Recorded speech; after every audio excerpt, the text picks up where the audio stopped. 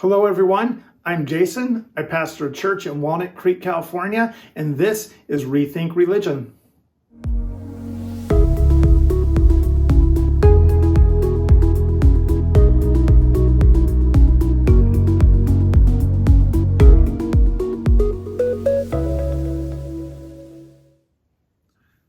Psalm 7. Lord my God, I take refuge in you. Save and deliver me from all who pursue me, or they will tear me apart like a lion and rip me to pieces with no one to rescue me. Lord my God, if I have done this and there is guilt on my hands, if I have repaid my ally with evil or without cause have robbed my foe, then let my enemy pursue and overtake me. Let him trample my life to the ground and make me sleep in the dust. Arise, Lord, in your anger. Rise up against the rage of my enemies. Awake, my God, decree justice. Let the assembled peoples gather around you while you sit enthroned over them on high. Let the Lord judge the peoples. Vindicate me, Lord, according to my righteousness, according to my integrity, O Most High. Bring to an end the violence of the wicked and make the righteous secure. You, the righteous God, who probes minds and hearts. My shield is God Most High, who saves the upright in heart. God is a righteous judge, a God who displays his wrath every day. If he does not relent, he will sharpen his sword. He will bend and string his bow. He has prepared his deadly weapons. He makes ready his flaming arrows. Whoever is pregnant with evil conceives trouble and gives birth to disillusionment. Whoever digs a hole and scoops it out falls into the pit that they have made. The trouble they cause recoils on them. Their violence comes down on their own heads. I will give thanks to the Lord because of his righteousness. I will sing the praises of the name of the Lord Most High. Psalm 7 feels dark. In the sense that David seems to be focusing in this psalm almost entirely on God's wrath, on his anger. And it's there. God's wrath, God's anger, it's there. It's definitely there and here in the words of Psalm 7, but it's helpful to understand where it comes from, where that anger and where that wrath comes from. Verses 3-5, Lord, my God, if I have done this and there is guilt on my hands, if I have repaid my ally with evil or without cause have robbed my foe, then let my enemy pursue and overtake me. Let him trample my life to the ground and make me sleep in the dust.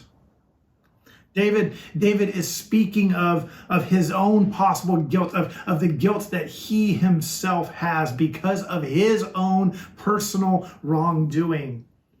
And he accepts whatever punishment or whatever consequences may come as a result of that guilt.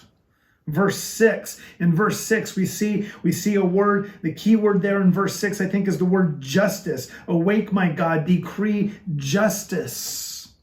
In verse 8, verse 8 talks about judgment and talks about vindication and talks about righteousness and talks about integrity in verse 8. Verses 9 and 11 talk about and deal with the righteousness of God.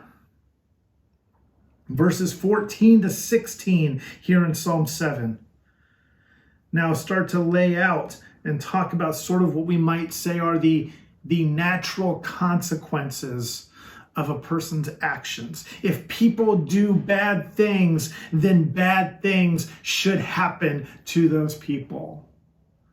If this, then that. And then verse 17, I will give thanks to the Lord because of his righteousness. I will sing the praises of the name of the Lord Most High. David worships God. We worship God because of his righteousness. Psalm 7 is a psalm of justice. It's a psalm of making things right. Things are all wrong in the world. David looks around at the world. We look around at the world, and things are all wrong. Things are not happening the way they should be happening.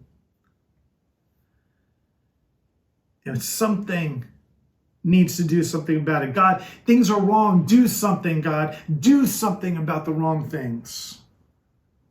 Psalm 7 shows us that we can and we should cry out to God for justice, not just for forgiveness and salvation and all the stuff that so often gets talked about in church. But we should be crying out to God. We are invited to cry out to God because of the injustice that we see in the world around us. To cry out and ask God to show his justice. Scripture reveals a God who sets things right. And as believers, we absolutely should be horrified by the injustice and the wrongs that we see in the world. We worship not just the God of love and the God of grace and the God of peace, but we also worship the God of justice, the God who sets things right.